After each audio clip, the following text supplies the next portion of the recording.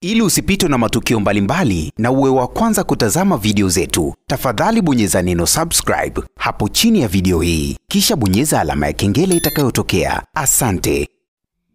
Bwana Mwijaku siku ya leo amejitokeza kwenye mitandao ya kijamii na kuamua kuongelea hili swala ambalo linamhusisha yeye binafsi baada tu ya wanafunzi wa chuo cha UDSM kumdhalilisha mwanafunzi mwenzao wa chuo kingine na kudai kuwa alikuwa anatembea na Mwijaku. Yani kiufupi Mwijaku alikuwa anagombewa na wanachuo. Hiyo story imetrend sana kwenye mitandao ya kijamii ikionyesha ni kwa namna gani Mwijaku ametembea na wanachuo wawili, yani amewachanganya huku na huku.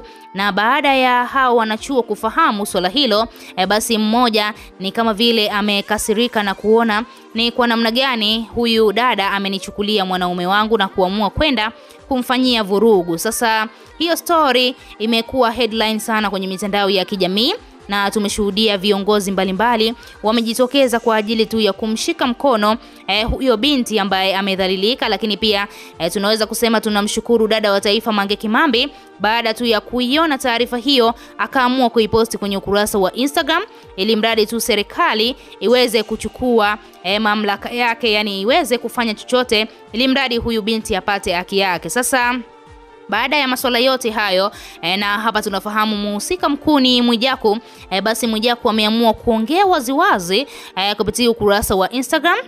Kwanza kabisa ameposti picha ya mke wake pamoja na yeye wakiwa zamani sana, yani hiyo picha inaonekana ni ya kitambo. Na tunafahamu mke wake na yeye binafsi alikwisha amua kuposti kwenye ukurasa wa Snapchat na kuanika waziwazi kwamba hamuitaki tena Mwijaku baada ya hiyo story kutrend kwenye mitandao ya kijamii.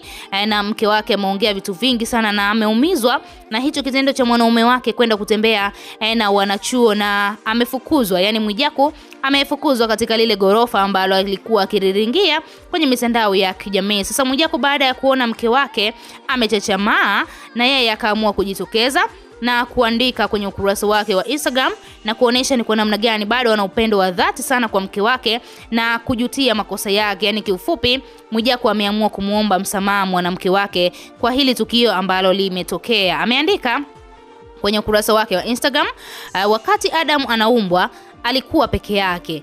Mungu hakumpa video game acheze kusema litampa company.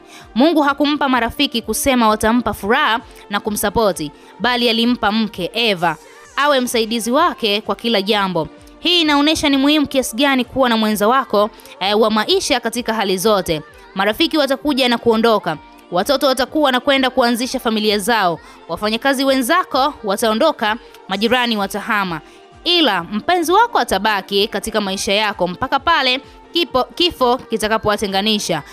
Kwa unyenyekevu mkubwa wa kusameheana, iwe kweli au sio kweli kukoseana. Hivyo basi tuwapende wapenzi wetu kwa dhati na kumwepusha ibilisi na vikwazo.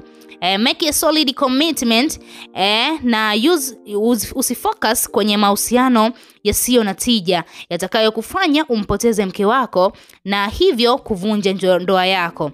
Naamini hakuna kitu na hakuna mtu wa kuvunja ndoa yoyote ila labda Mungu mwenyewe apende.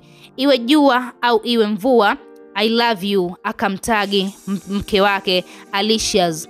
Haijalishi nitaonekanaje, but you are my friends, na unajua hilo. Huu ni ujumbe ambao Mwijaku ameposti kwenye ukurasa wake wa Instagram na kuonesha ni kwa namna gani anampenda mke wake na ameamua kumuonesha au kumuanzishia chanzo cha wanaume kuumbwa. Inaonekana wazi mwanamke ndiye ambaye atampa faraja mwanaume wake, na hili swala Mwijaku ameamua kama vile kulipotezea hivi na kuamua kuipambania ndoa yake.